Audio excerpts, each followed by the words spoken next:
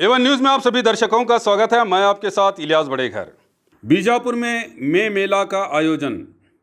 शहर बीजापुर के कंदगल हनुमंतराय रंग मंदिर फंक्शन हॉल में 2 दिनों के लिए यानी आज और कल 27 और 28 मई को मेला का आयोजन किया गया है, जिसमें कई चिंतक, बुद्धिजीवी और भी कई रिसोर्स पर्सन शामिल होकर आज के हालात पर संविधान के सवालों पर चर्चा की गई। इस कार्यक्रम का उद्घाटन डॉक्टर बाबा साहेब अंबेडकर के पोते प्रकाश अंबेडकर द्वारा की गई। ಹೋರಾಟಗಾರ್ತಿ ದಿಟ್ಟ ಹೋರಾಟಗಾರ್ತಿ ಆಗಿರುವಂತಹ ತೀಸ್ರಾ ಸೆಟನ್ವಾಡ್ ಅವರು ಸಹ ವೇದಿಕೆ ಮೇಲೆ ಬರಬೇಕು ಅಂತ ಕೇಳ್ಕೊಳ್ತಾ ಇದ್ದೀನಿ। ಎಲ್ಲರಿಗೂ ದೊಡ್ಡ ಚಪ್ಪಾಳೆ ಕೊಡ್ರಪ್ಪ ನಮ್ಮ ಅಕ್ಕರಿಗೆ। ಮತ್ತೆ ಭಾರತದ ಸಂವಿಧಾನ ಪೂರ್ವ ಪೀಠಿಕೆ, ಭಾರತದ ಜನತೆಯಾದ ನಾವು ಭಾರತವನ್ನು ಸಾರ್ವಭೌಮ, समाजवादी, धर्म निरपेक्ष, प्रजासत्तात्मक गणराज्ಯವನ್ನಾಗಿ ರೂಪಿಸುವುದಕ್ಕಾಗಿ ಭಾರತದ ಎಲ್ಲ ಪ್ರಜೆಗಳಿಗೆ ಸಾಮಾಜಿಕ, ಆರ್ಥಿಕ ಮತ್ತು ರಾಜಕೀಯ ನ್ಯಾಯವನ್ನು ವಿಚಾರ, ಅಭಿವ್ಯಕ್ತಿ, ನಂಬಿಕೆ, ಧರ್ಮ ಮತ್ತು ಉಪಾಸನೆಯ ಸ್ವಾತಂತ್ರ್ಯವನ್ನು, ಸ್ಥಾನಮಾನ ಮತ್ತು ಅವಕಾಶಗಳ ಸಮಾನತೆಯನ್ನು ದೊರೆಯುವಂತೆ ಮಾಡುವುದಕ್ಕಾಗಿ ವ್ಯಕ್ತಿ ಗೌರವ, ದೇಶದ ಏಕತೆ ಮತ್ತು ಸಮಗ್ರತೆಗಾಗಿ ಮೂಡಿಸುವುದಕ್ಕೆ ದೃಢ ಸಂಕಲ್ಪ ಮಾಡಿ ನಮ್ಮ ಸಂವಿಧಾನ ಸಭೆಯಲ್ಲಿ 1949ನೇ ಇಸವಿಯ ನವೆಂಬರ್ ತಿಂಗಳ ಅಂಗೀಕರಿಸಿ ಶಾಸನವಾಗಿ ವಿಧಿಸಿಕೊಂಡಿದ್ದೇವೆ। ಜೈ ಹಿಂದ್।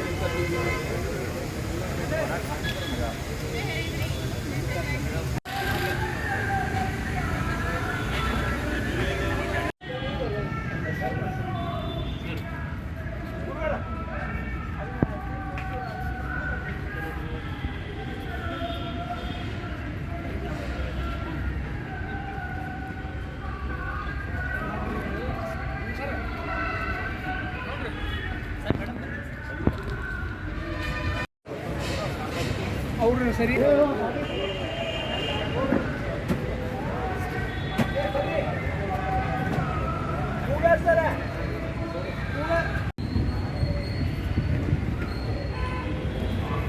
ये ಜೊತೆಗೆ ಹೌದಾ ನೋಡ್ಸಿಲ್ಲ ಆಮೇಲೆ ಬರೋಣ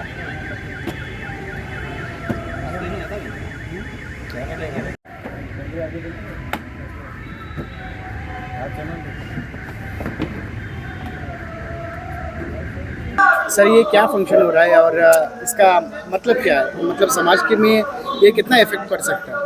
देखिए, ये इंटेलेक्चुअल्स है जी कि जिन्होंने संविधान जो है जी आरएसएस बीजेपी बदलने का ऐलान कर चुके हैं। जी ये समाज के अंदर ये संविधान के माध्यम से बदल कैसा आया? जी हिंदू धर्म के 2 भाग हैं, जी एक वैदिक धर्म है जी और एक संतों का धर्म है। वैदिक धर्म जो है वो अत्याचारी धर्म है जी और वैदिक और संतों का धर्म जो है वो भाईचारे का धर्म है। संविधान जो है ये भाईचारे पर आधारित है जी और आरएसएस बीजेपी जो वैदिक धर्म को मानती है जी। वो अत्याचारी व्यवस्था यहाँ पे लाना चाहती है, उसके खिलाफ का ये सम्मेलन आज का है। सर ये साहित्य पॉलिटिक्स से कोई रिलेटेड नहीं है करके मैंने सुना था, क्योंकि पॉलिटिक्स अलग होता है। देखिए राजनीति सभी से जुड़ी हुई है। जी जो कोई कहता है कि राजनीति किसी से जुड़ी नहीं तो उसको मैं पागल कहता हूँ। जी जी उसकी वजह यह है कि साहित्य भी राजनीति को ही जन्म देता है और राजनीति जो है वो साहित्य को जन्म देता है, आर्थिक व्यवस्था को जन्म देता है, समाज व्यवस्था में बदलाव की बात आती है। जी तो ये आप मान लीजिए कि ये राजनीति जो है फाउंटेन है, जी it's a centre of power जी जी और ये सेंटर ऑफ पावर से सब बदलाव होता है।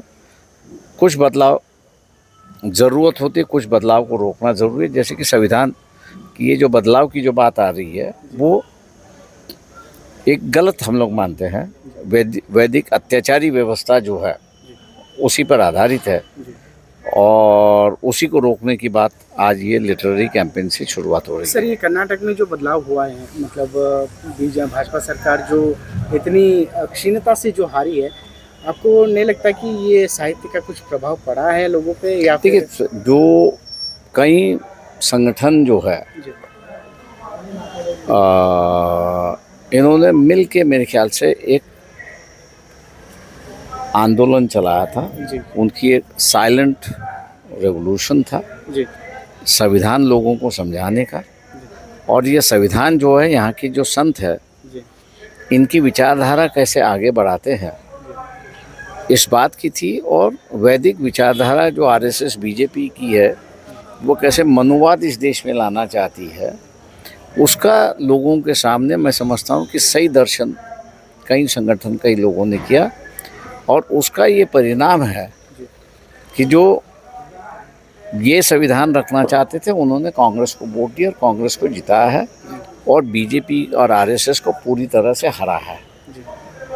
सर ये मतलब मेरा कहना है कि साहित्य पूरा भाजपा का अपोजिट है, मतलब उसका विरोध करना चाहता है या ये तो विरोध कर रहा है, ये तो विरोध कर रहा है, सुधारना चाहता है? बिल्कुल नहीं है। वो सीधा ये कह रहा है आरएसएस को हाँ कि आपकी जो वैदिक विचारधारा है वो अब चल नहीं सकती है, वो बदल दीजिए। आप उसको बदल दीजिए। संतों की विचारधारा इस देश की जो है उसको अपनाइए और चलिए। सर कुछ लोग तो बीच में बात कर रहे थे कि संविधान को बदल देंगे, संविधान को बदल वही कह रहे थे कि उसी का मैं कह रहा हूँ कि कई संगठनों ने कर्नाटक में बैठ के हाँ और दूसरे राज्यों में भी एक आंदोलन चलाया, गांव-गांव, देहात-देहात, बस्ती-बस्ती जी सम्मेलन किए और वहाँ पर ये संविधान जो है ये संतों की विचारधारा कैसे आगे ली जाती है उसी को उन्होंने लोगों के सामने लिया है। जी और इसलिए जो है वो काफ़ी बड़ा परिवर्तन आपको कर्नाटक में दिखाई देता है।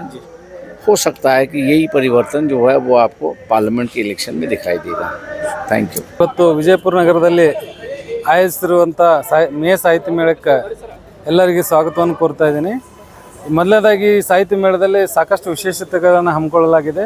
ಇವತ್ತು ಉದ್ಘಾಟಕರಾಗಿ 5 ಜನ ನಮ್ಮ ಸ್ಥಳೀಯ ನಾಯಕರುಗಳು ಆಮೇಲೆ ಹಳೆಯ ಹೋರಾಟಗಾರರು ಇವತ್ತು ನಮ್ಮ ಇದರಲ್ಲಿ ಭಾಗವಹಿಸ್ತಾ ಇದ್ದಾರೆ। ಆಮೇಲೆ ಉದ್ಘಾಟಕರಾಗಿ ಪ್ರಕಾಶ್ ಅಂಬೇಡ್ಕರ್ ಅವರು, ಬಾಬಾ ಸಾಹೇಬ್ ಅಂಬೇಡ್ಕರ್ ಅವರು ಮೊಮ್ಮಗ ಕೂಡ ಬರ್ತಾ ಇದ್ದಾರೆ। ಈ ಏನು ವಿಷಯ ಅಂತ ಇಟ್ಕೊಂಡಿದ್ದಾದರೆ ಪ್ರಜಾತಂತ್ರ ಮೀರುವ ದಾರಿಗಳು ಮತ್ತು ಸವಾಲುಗಳು ಅನ್ನುವಂಥದ್ದು ಮೊದಲನೇದಾಗಿ ಈ ವಿಷಯವನ್ನು ತೆಗೆದುಕೊಂಡು ಇವತ್ತು ನಾವು ಮೇಳವನ್ನು ಆಯೋಜನೆ ಮಾಡಿದ್ದೀವಿ। ಇದರಲ್ಲಿ 5 ಜನ ಉದ್ಘಾಟಕರಾಗಿ ಬರ್ತಾ ಇದ್ದಾರೆ, ನಜ್ಮಾ ಬಾಂಗಿ, ಪ್ರಕಾಶ್ ಇಟ್ನಳ್ಳಿ, ಆಮೇಲೆ ಭೀಮ್ಸಿ ಕಲಾದಗಿ, ಈ ಥರದ 5 ಜನ ಮತ್ತು ಹಳೆಯ ಹೋರಾಟಗಳು ನಮ್ಮ ಇದರಲ್ಲಿ ಬರ್ತಾ ಇದ್ದಾರೆ। ಅದಕ್ಕೆ ದಯವಿಟ್ಟು ಎಲ್ಲ ನಮ್ಮ ವಿಜಯಪುರ ಜಿಲ್ಲೆಯ ಜನತೆ ಇವತ್ತು ಮೇಳದಲ್ಲಿ ಭಾಗವಹಿಸಿ ಮೇಳವನ್ನು ಯಶಸ್ವಿಗೊಳಿಸಬೇಕು।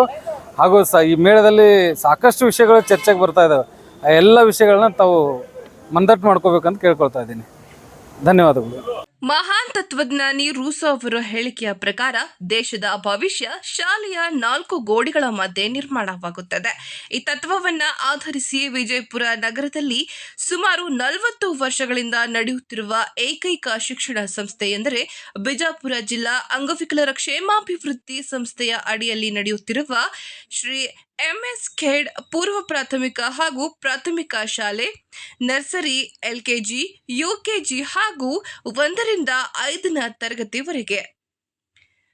SKVMS ಕಲಾ ವಾಣಿಜ್ಯ ಮತ್ತು ವಿಜ್ಞಾನ ಪದವಿ ಪೂರ್ವ ವಿದ್ಯಾಲಯ ವಿಜಯಪುರ, BDPHW ITI ಕೈಗಾರಿಕಾ ತರಬೇತಿ ಸಂಸ್ಥೆಯಲ್ಲಿ ನಡೆಯುತ್ತಿರುವಂತಹ ಕೋರ್ಸುಗಳು DM ಸಿವಿಲ್ 2 ವರ್ಷ, DM ಮೆಕ್ಯಾನಿಕಲ್ 2 ವರ್ಷ, ಎಲೆಕ್ಟ್ರಿಷಿಯನ್ 2 ವರ್ಷ, ಫಿಟ್ಟರ್ 2 ವರ್ಷ, ಸೇವಿಂಗ್ ಟೆಕ್ನಾಲಜಿ 1 ವರ್ಷ. ಸುಸಜ್ಜಿತ ಕಟ್ಟಡದ ವ್ಯವಸ್ಥೆ ಕೂಡ ಇರುತ್ತದೆ.